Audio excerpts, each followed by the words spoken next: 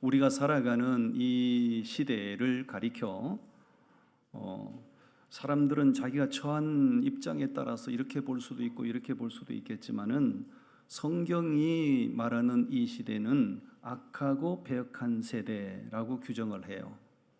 죄악이 넘쳐나는 시대라고 말씀을 하고 있어요. 불의한 시대에 불의하게 살아가는 것은 대단히 쉽습니다. 그 흐르는 그 불의의 편성에서 그냥 함께 그렇게 살아가면 되니까요. 그런데 불의한 시대에 의롭게 살아가는 것은 대단히 힘듭니다. 외롭고 고독스럽고 고독하고요. 모든 사람들이 죄를 지을 때 나도 그냥 적당하게 이런 죄 저런 죄를 짓고 사는 건 굉장히 쉬워요. 그러나 모든 사람이 죄를 지을 때 나 혼자 정직하게 살아가고 진실하게 살아가는 것은 대단히 외로운 겁니다. 어쨌든 우리 하나님을 믿는 사람들은 세상에 죄악이 아무리 관영하고 불의가 넘쳐난다 하더라도 하나님을 믿는 사람들은 의롭게 살아야 되고요, 정직하게 살아야 되고요, 진실하게 살아야 됩니다. 왜냐하면 하나님께서는 이 시대에 머리 좋은 사람을 찾으시는 게 아닙니다. 돈 많은 부자를 찾으시는 게 아니에요. 하나님이 세상에 죄악이 가득할수록 하나님은 의로운 사람을 찾으시기 때문입니다. 여러분, 저는 아들, 딸, 저는 7남매로 태어나서 자랐고요. 제가 또 결혼해서 아들, 딸 1남 1녀를 낳았어요. 저는 우리 아버지, 어머니를 닮았어요. 제 아들, 딸은 저를 닮았어요. 신기하지요? 왜 그렇게 부모의 자식으로 태어나면 부모를 닮는가요? 그것은 부모의 자식으로 태어나면 그 부모의 유전자, DNA가 물려지기 때문에 외모를 닮기도 하고 그 성품을 닮기도 하고 다 닮게 마련이에요. 무슨 얘기냐 하면 예수를 믿고 구원받은 성도들을 born again, 거듭났다라고 말하거든요. 하나님의 백성이 됐다고 말하거든요. 그러면 예수를 믿고 하나님의 자녀로 거듭난 자, 하나님의 자녀가 된 사람은 하나님의 모습을 닮아야 됩니다. 하나님의 영적인 유전자가 우리에게 물려져서 우리 모습을 내가 예수 믿는 사람이에요 라고 표시를 들고 다니지 않아도 어디 가든지 간에 하나님을 믿는 사람들은 딱 첫눈에 알아볼 수 있어야 됩니다. 아멘. 하나님께서 죄인 됐던 우리를, 어둠에 속했던 우리를 당신의 자녀를 삼으시고 우리에게 하나님이 부여하신 미션이 있어요. 미션, 과제. 그 에베소서 5장 9절 말씀인데요. 띄워드릴 거예요. 글씨 보이시나요?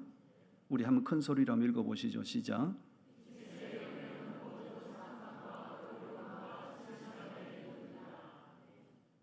우리를 어둠에 속했던 우리를 불러 빛의 자녀를 삼으시고 너희는 이제 빛의 자녀가 됐기 때문에 빛의 열매를 맺고 살아라. 빛의 열매를 세 가지로 하나님이 말씀하시지요. 그 세 가지가 뭐지요? 그렇습니다. 착함과 의로움과 진실함이에요. 예수 믿는 사람들은 성격이 거칠면 안 됩니다. 착해야 됩니다. 저처럼. 저희 아내가 제가 착해서 결혼했대잖아요.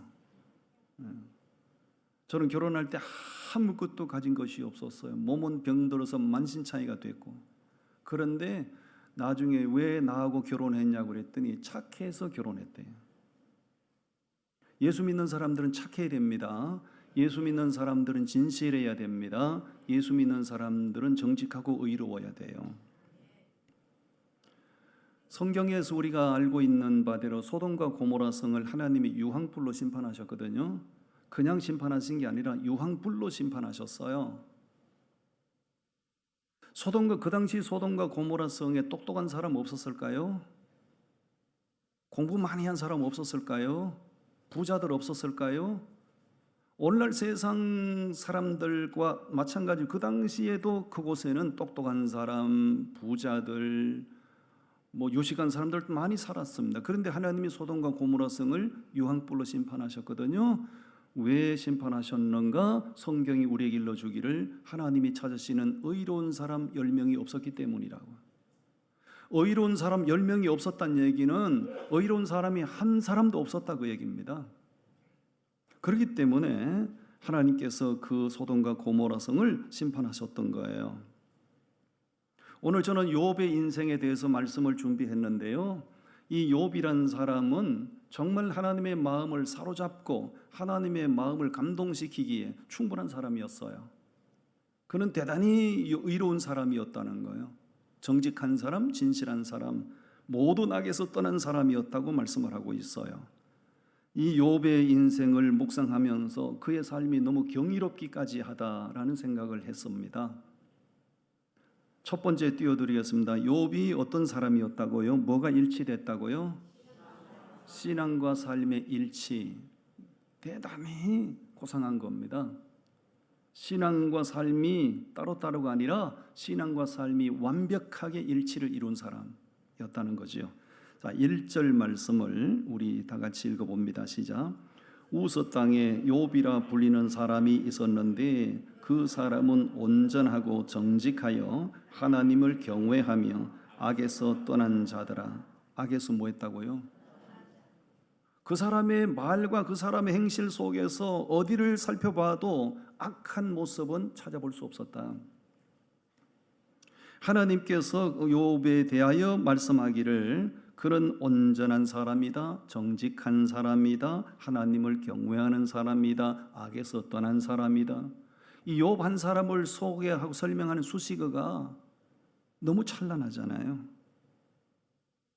이런 수식어들을 한마디로 딱 정리하면 뭐예요? 신앙과 삶이 완벽하게 일치된 사람이었다라고 할 수 있는 거죠. 그러면 욥이란 사람은 결혼해서 자녀를 낳고 가정을 꾸리고 있었는데 자기 혼자만 그런 삶을 살았을까요? 그렇지 않다는 겁니다. 5절 말씀 보십시오.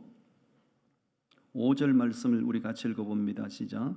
그들이 차례대로 잔치를 끝내면 욥이 그들을 불러다가 성결하게 하되 아침에 일어나서 그들의 명수대로 번제를 드렸으니 이는 욥이 말하기를 혹시 내 아들들이 죄를 범하여 마음으로 하나님을 욕되게 하였을까 함이라. 욥의 행위가 항상 이러하였더라. 아멘. 욥이 그 당시에 아들 7명, 딸 3명, 10명의 자녀를 낳아서 잘 길렀어요. 그리고 그 자녀들 관계가 매우 좋았어요. 왜냐하면 그 10명의 자녀들이 생일이 되면 집에서 잔치를 베풀고 형제를 다 불러서 이제 잔치를 베풀고 함께 먹고 마시고, 그 잔치가 끝나고 나면 욥이 반드시 하나님 앞에 하는 의식 절차가 있었어요. 그게 뭐죠? 자녀들 명수대로 양을 잡아서 하나님 앞에 번제를 드리는 거죠. 왜? 혹시 우리 아들, 딸이 먹고 마시는 가운데 하나님을 욕되게 한 건 없을까? 그러니까 욥은 자신도 하나님 신앙과 삶이 일치된 삶을 살았지만 자기 안에 있는 그 믿음을 자녀들에게 그대로 계승해서 자녀들도 그렇게 멋진 믿음의 인재들로 길렀던 거예요. 여러분, 하나님을 믿는 사람들은 절대로 들어야 될 말이 있고 절대로 들으면 안 되는 말이 있어요. 하나님을 믿는 사람들은 어디를 가든지 어떤 사람들은 누구를 상대하든지 간에 상대로 하여금 하나님 믿는 사람은 저래야 돼, 하나님 믿는 사람은 역시 달라, 이런 말을 들어야 됩니다. 절대로 들으면 안 되는 말이 있어요. 하나님 믿는 사람이 왜 저래? 저 사람 교회 다닌다고 안 했어요? 교회 다닌 사람이 왜 저래? 이런 말은 절대로 들으면 안 됩니다. 이렇게 단체로 아멘 안 하시면 곤란합니다.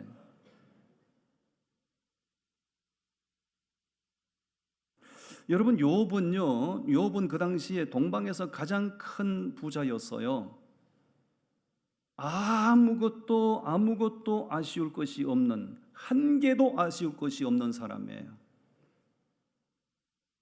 이런 사람이 되게 하나님 잘 믿기가 쉽지는 않습니다.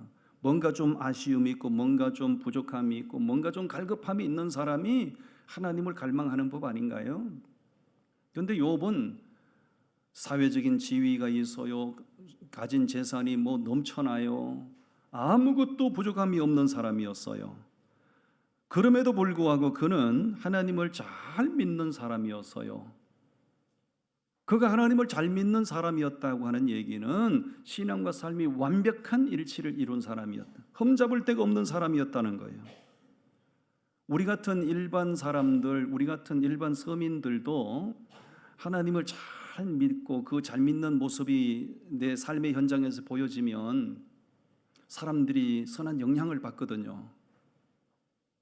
근데 욥처럼 이렇게 사회적인 지위가 있고 위치가 있는 사람이 진짜 하나님을 잘 믿으면 그 사회에 끼치는 영향은 어마어마한 거죠.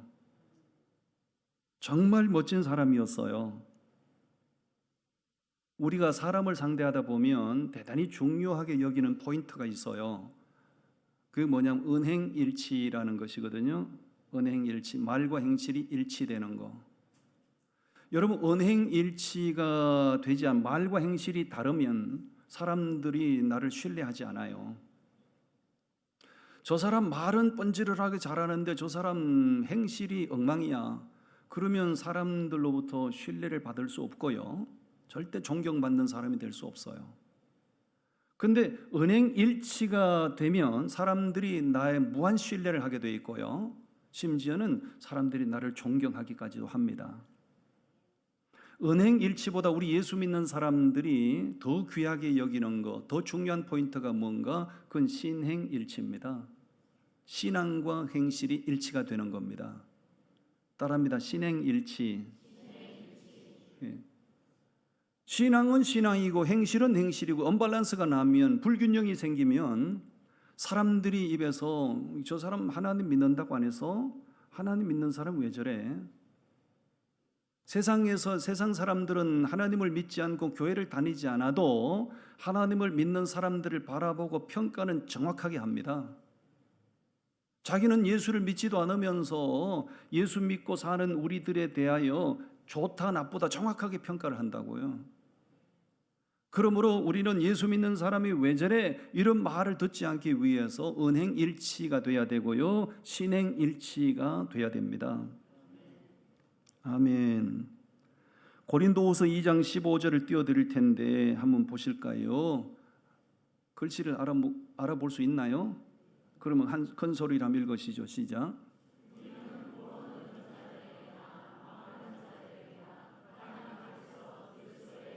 그리스도의 향기라고 표현해요. 예수 믿는 사람들 그리스도의 향기라고 표현해요.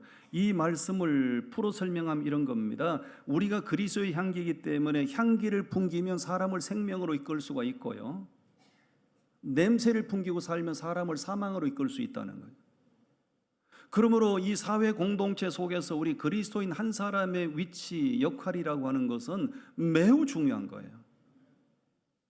내가 하나님을 믿는 사람으로서, 교회를 다니는 사람으로서 내 하고 싶은 말을 마음대로 하고 내 하고 싶은 행위를 마음대로 하고 살면 나는 자유로울지 모르겠지만은 그런 언밸런스난 신행일치가 되지 않는 삶을 지켜보는 사람들은 정말 하나님 앞으로 이끌기 힘들죠. 그러므로 우리는 사회 공동체 속에서 무한 책임의식을 가지고 내가 은행일치, 신행일치의 삶을 살아서 그리스도의 향기를 풍겨서 사람들을 생명으로 이끄는 역할을 해야 됩니다.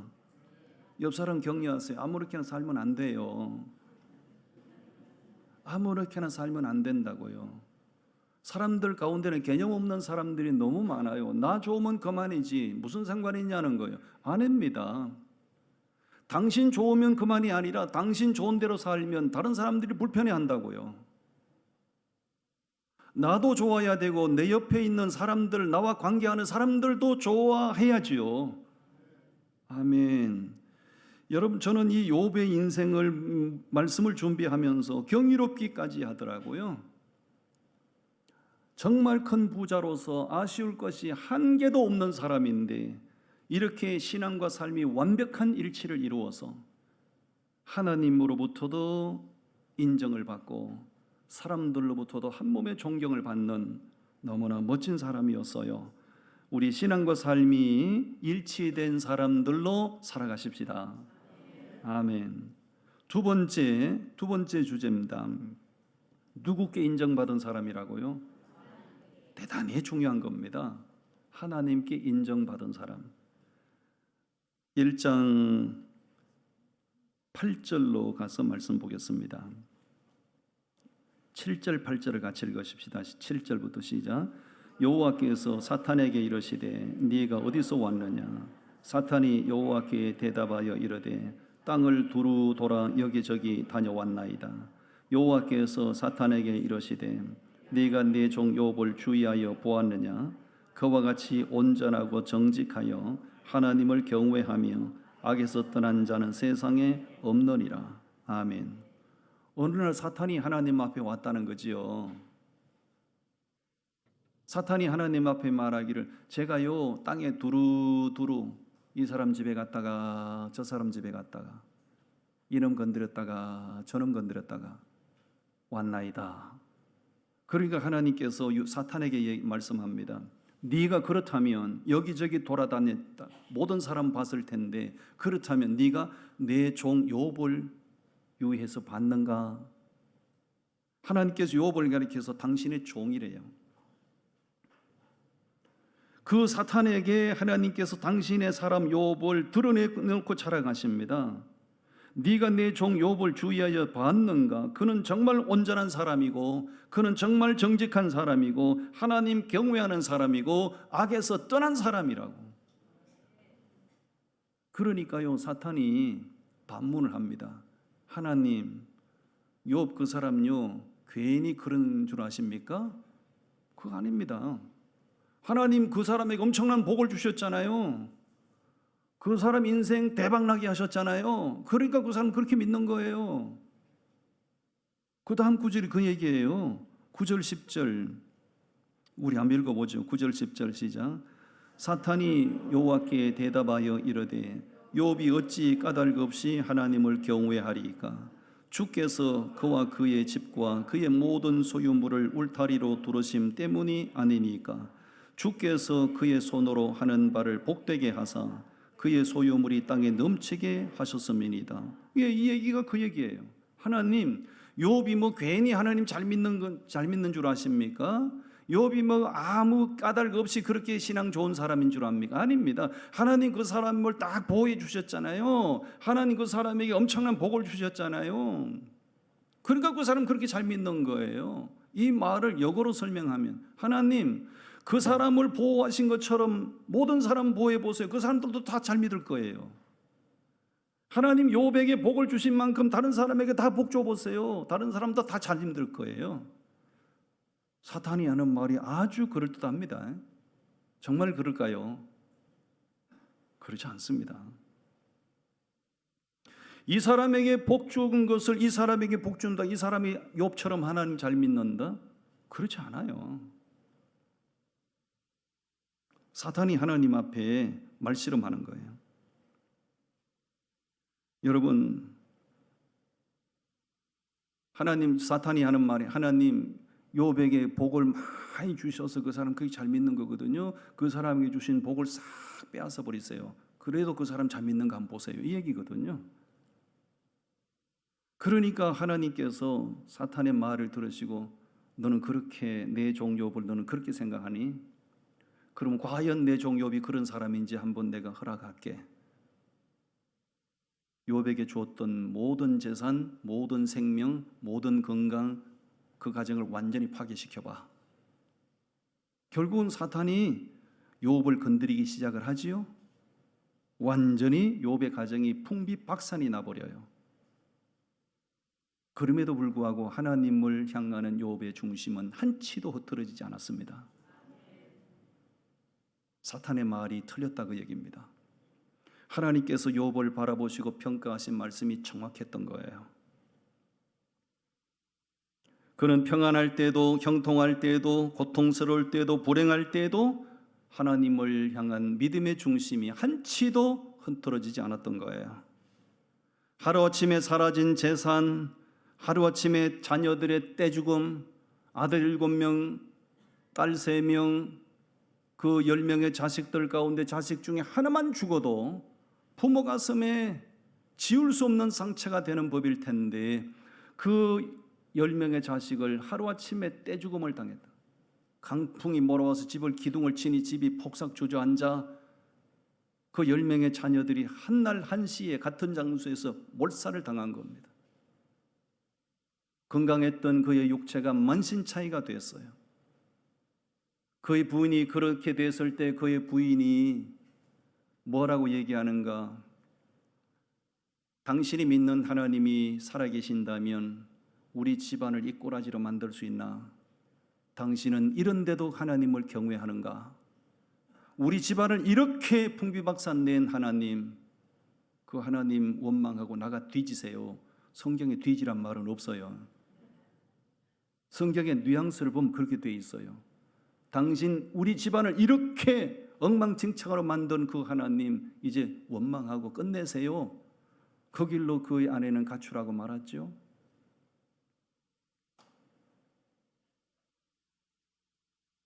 욥은 그런 처참한 자기의 이 삶이 그렇게 완벽하게 무너지고 더 이상 회생소생 가능성이 없어진 가운데서도 욥은 하나님을 원망하지 않았어요.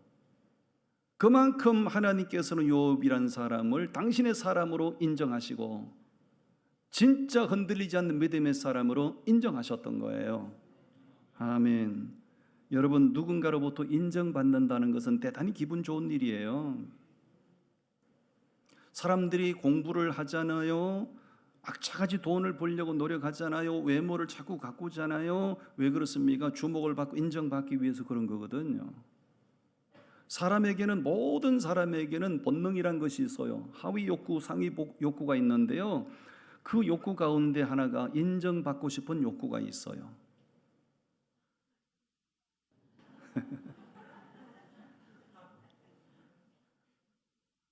여기가 강아지 밑에 대가리를 들이밀고,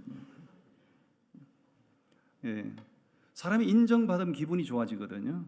그러니까 더 인정받고 싶어서 열심히 공부하고 높은 자리 올라가려고 하는 거고 재산을 불리려고 하는 것이고 그런 거예요. 그건 다 사회적인 하위 욕구예요. 근데 우리가 사람들로부터 인정받고 사람들로부터 높이 평가받는 거, 그건 나쁜 거 아니지요. 근데 그것보다 훨씬 더 높이 평가할 수 있는 것은 하나님으로부터 인정받는 거예요. 하나님은 욥을 인정하셨잖아요. 누구 앞에서? 사탄 앞에서 인정하셨잖아요. 네가 내 종 욥을 유의해서 봤는가? 네가 생각하는 그런 시시한 사람 아니다. 그에게 건강을 쳐도 그의 재산을 다 빼앗아가도 그의 집안이 풍비박산 나도 그는 나를 떠나지 않을 사람이요. 하나님이 인정하셨어요. 여러분, 우리가 공부 열심히 하는 건 뭐 나쁠 게 뭐 있어요? 공부 잘해, 열심히 해서 공부 잘해야 좋은 대학교도 갈 수 있잖아요. 돈 많이 벌어서 부자 되는 게 나쁠 게 아니잖아요. 그런데 그런 모든 욕구들은요, 이 세상에서 다 끝입니다. 공부 잘하는 것이 천국에서 무슨 소용이 있나요?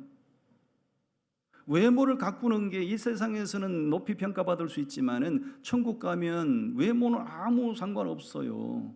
천국 가면 전부 다 천사처럼 된다 그러잖아요. 신령한 몸으로 변화된다잖아요. 그럼 옆 사람 얘기해서 얼굴에 너무 투자하지 마세요.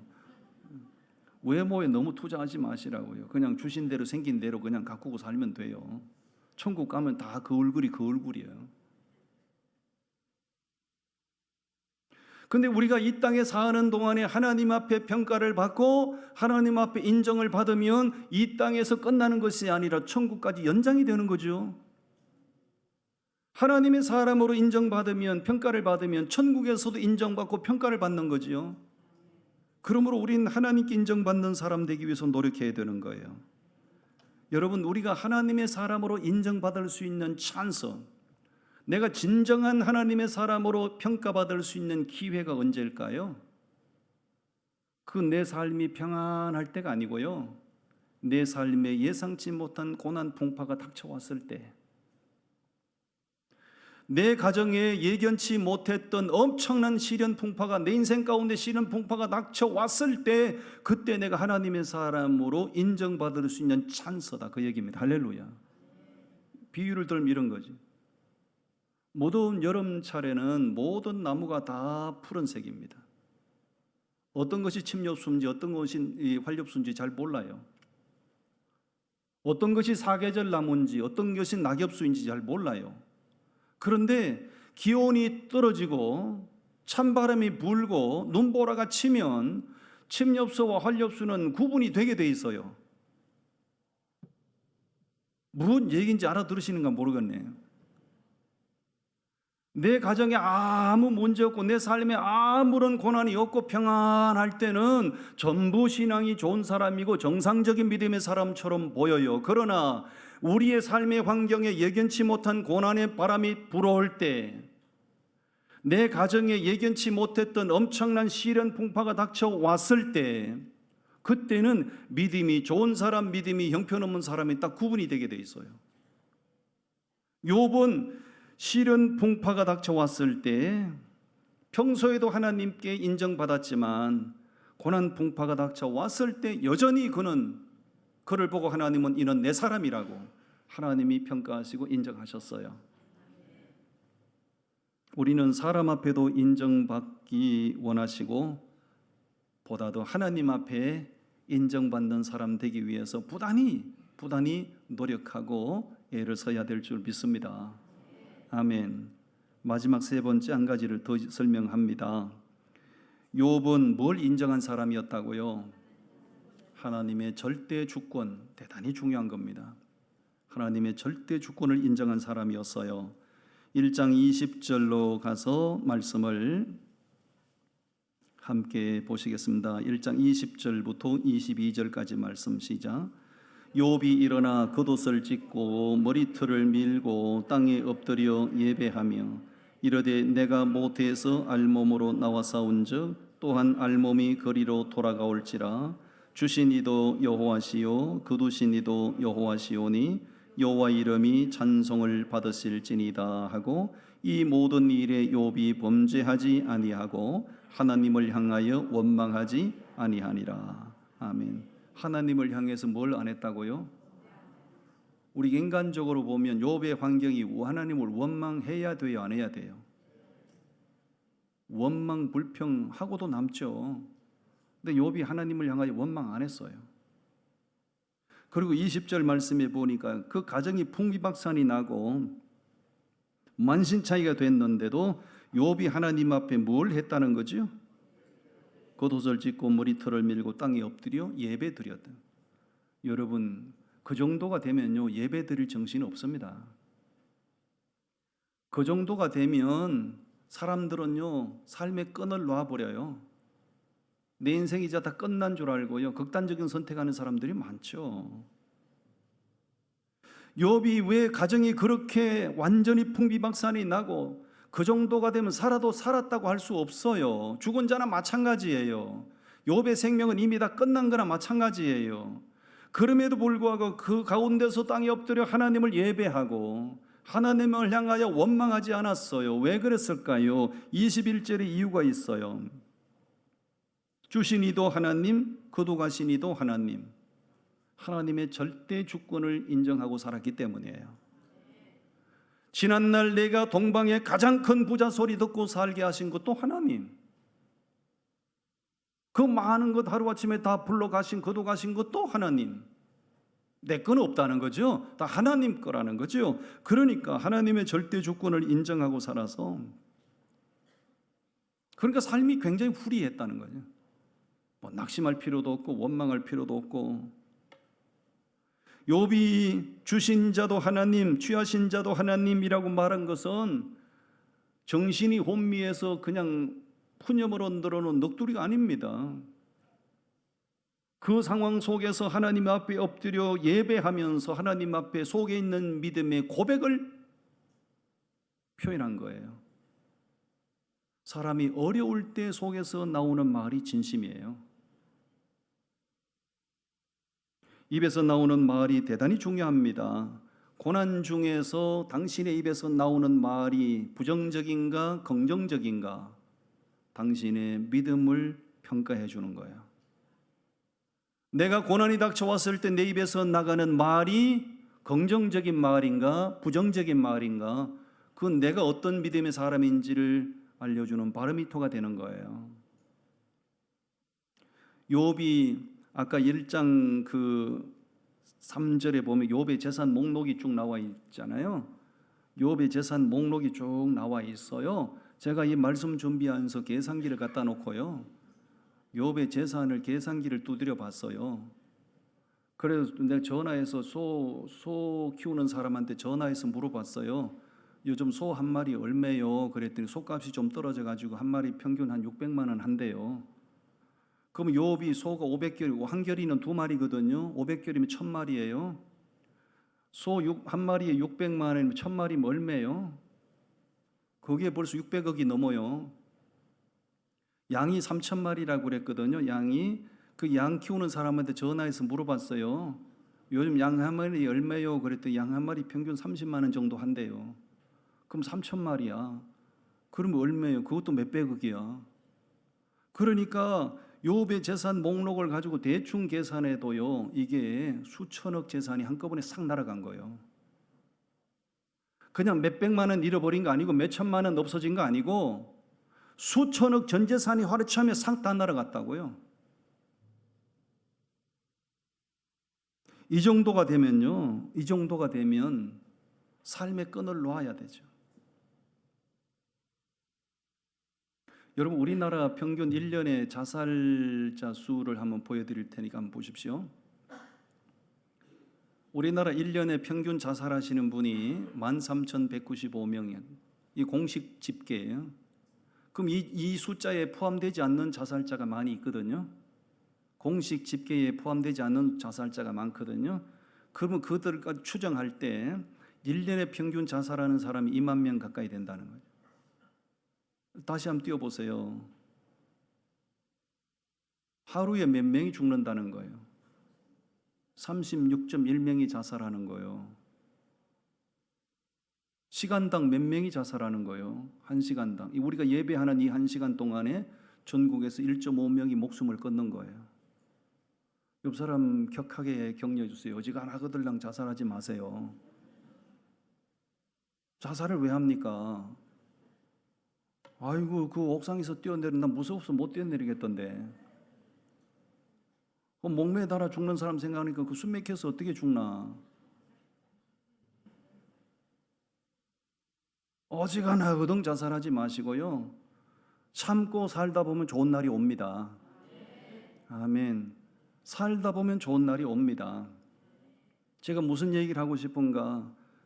여러분, 극단적인 선택을 하고 자기 목숨을 끊는 사람은 해도 안 되니까, 삶의 희망이 보이지 않으니까 극단적인 선택을 하는 거잖아요. 그러면 그렇게 볼 때 욥이란 사람은 목숨을 끊어도 수백 번 끊었어야지. 목숨을 목매에 달아도 수백 번 목매에 달아 죽어야 할 사람이에요.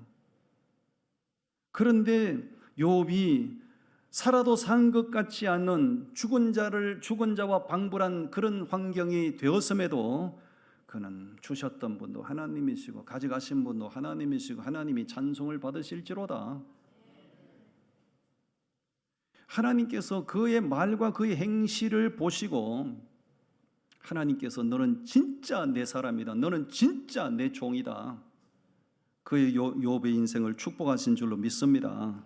옆 사람 격려하세요. 살다 보면 좋은 날이 올 거예요. 예. 어지간하등 자살하지 마세요. 얘기하세요. 어지간하등 자살하지 마시고 살다 보면 좋은 날이 올 거예요. 여러분, 그 혹독한, 그 처참한, 그 비참한 삶의 환경 가운데서 절대 하나님의 주권을 인정하고 참고 견디고 인내하고 예배하고 하나님을 찬양하고 살았더니 마침내 하나님께서 욥의 인생 말년을 대박 터지는 인생 되게 하셨어요. 한꺼번에 죽었던 7명 아들, 딸 3명보다 더 멋진 자녀 10명을 낳게 하셨고요. 그 없어졌던 그 수천억 대가 되는 그 재산보다 더 갑전의 재산을 하나님이 주셨고요. 그리고 병도로 만신창이가 됐던 욥의 인생에 건강을 회복하게 하셔서 장수의 복을 누리게 하셨고요. 욥의 인생 말년은 너무나 아름답게 해피엔딩이에요. 여러분, 끝이 좋으면 다 좋은 거예요. 인생 3대 저주가 있다고 그러죠. 인생을 살아가는데 3대 저주가 있다고 그래요. 3대 저주가. 첫째, 젊어서 출세하는 거. 인생을 채 살아보지도 않고 젊어서 출세하는 건 인생 저주라고 그랬어요. 두 번째, 중년에 상처하는 거. 중년에 부인이 죽어 떠나는 거. 중년에 상처하는 거. 세 번째, 말년에 가난한 거. 적어놔요, 적어놔. 인생 3대 저주가 뭐냐? 젊어서 출세하는 거, 중년에 상처하는 거, 늙어서 가난한 거. 그러니까 욥은 인생 다 망한 자 같았지만은 끝이 좋았기 때문에 욥의 인생은 너무나 멋진 인생이에요. 아멘. 끝이 좋으면 다 좋은 거예요. 젊어서 아무리 출세하고 성공한다 떠들어대도 말년에 비참하면 그건 불행한 거예요. 자, 마지막으로 서로 앞뒤 좌우에 격려합시다. 인생 말년이 좋아지시기를 바랍니다. 마지막이 행복하시기를 바랍니다. 마지막이 좋아질 겁니다. 결국이 좋아질 겁니다. 아멘. 아멘. 기도하겠습니다. 하나님 아버지,